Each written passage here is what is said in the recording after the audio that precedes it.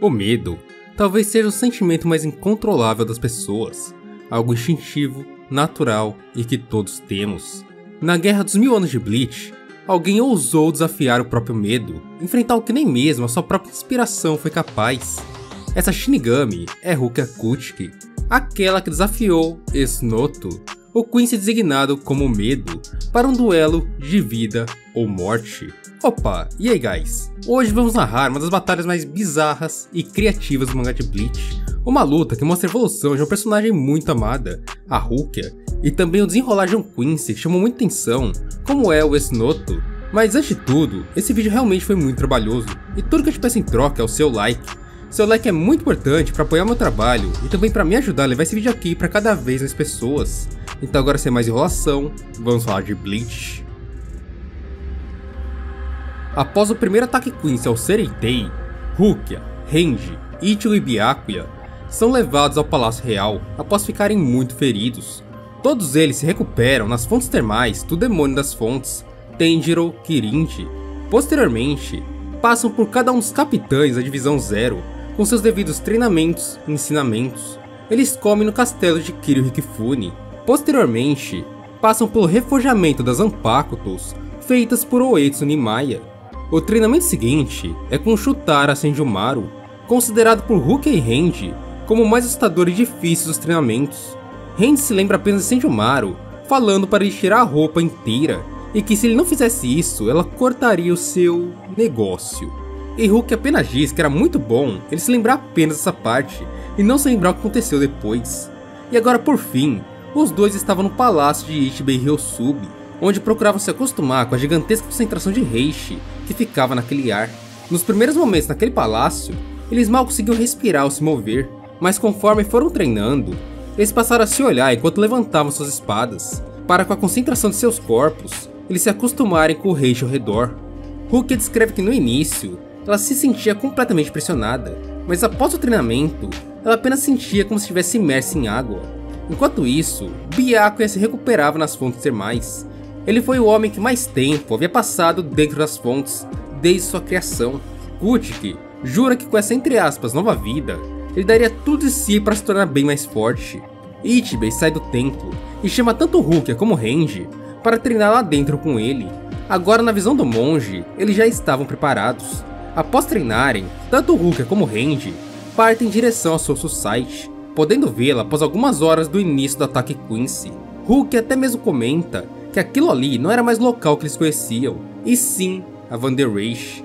Enquanto Renji vai lidar com o Quincy, Masuko do Masukyurin, o The Superstar, Rukia segue seu caminho pela Soul Society. Enquanto caminhava pelo Sereitei, Rukia observa que estava muito difícil de encontrar Shiatsus das 3 divisões, e se questiona se os Shinigamis realmente eram tão inferiores.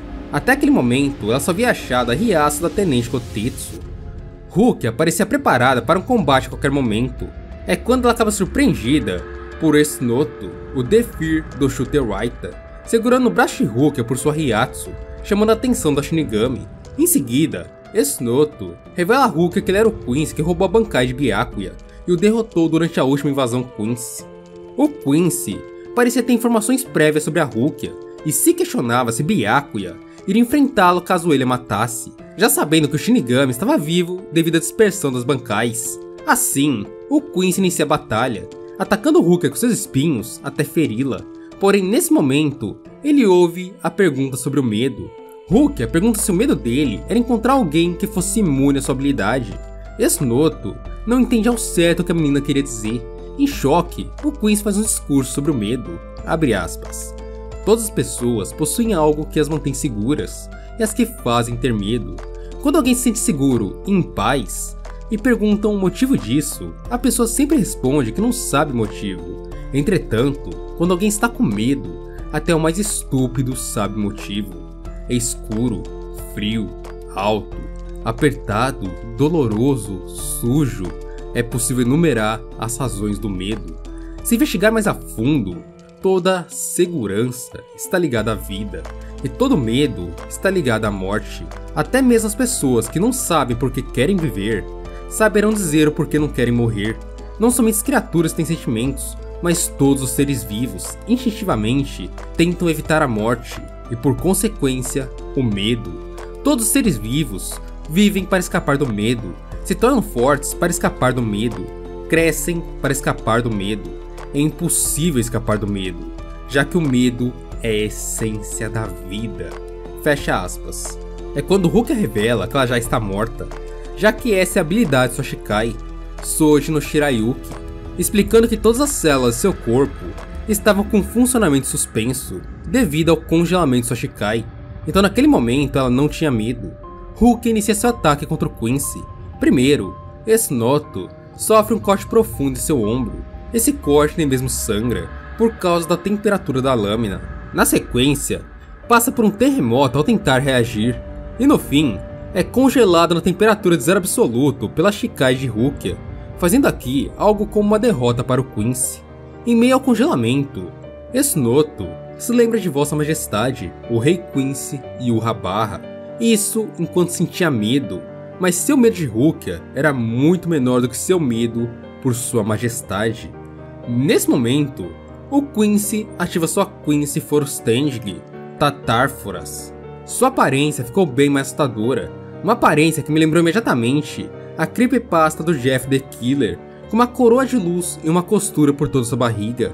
Nessa forma verdadeira, sua velocidade e força ficam ridiculamente maiores, e o medo pode começar a ser sentido apenas pelo mínimo contato com os nervos, incluindo os nervos ópticos, através do contato visual com o adversário, podendo afetar até mesmo um inimigo que esteja em estado de, entre aspas, morte celular, contanto que os nervos ainda funcionem.